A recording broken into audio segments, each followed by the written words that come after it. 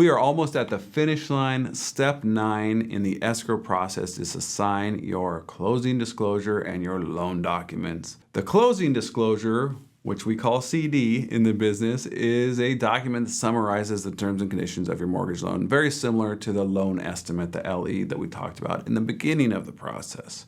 It's got your interest rate, your fees, your closing costs, similar stuff to that LE, and you've got to sign this document 3 days before closing. Your loan documents are a stack of legal paperwork that you got to sign to complete your loan transaction. The documents vary depending on the lender and the type of loan you're getting, but they will typically include things like a promissory note, a deed of trust, mortgage insurance agreement is pretty common as well. You need to sign these documents before a notary public as well. The notary will verify your identity and ensure that you understand the terms of the loan. If you've got any questions about the closing disclosure or your loan documents, you should contact your lender. They're going to be your best source of information for all of this stuff. Once you've signed all the necessary documents, your loan will typically be funded a couple days later, and then we'll be able to close on the property. So that'll take us most of the way there, but your lender's funds aren't all we need. We also actually need your funds. This is going to be your down payment money and closing costs, and that figure will actually also be in this loan document package. That's our step 9 of the escrow process, your closing disclosure and signing your loan documents.